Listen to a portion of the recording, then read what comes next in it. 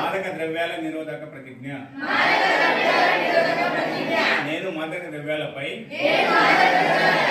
జరుగుతున్న పోరాటంలో దేశీల భాగస్వామిని అవుతానని డ్రగ్స్ రహిత జీవన శైలిని అనుసరిస్తూ నాతో పాటు ఏ ఒక్కరు డ్రగ్స్ బారిన పడకుండా ఉండడానికి కృషి చేస్తానని డ్రగ్స్ రహిత సమాజమే లక్ష్యంగా సాగుతున్న తెలంగాణ ప్రభుత్వ సంకల్పంలో భాగస్వామిని అవుతానని ప్రతిజ్ఞ చేస్తున్నాను.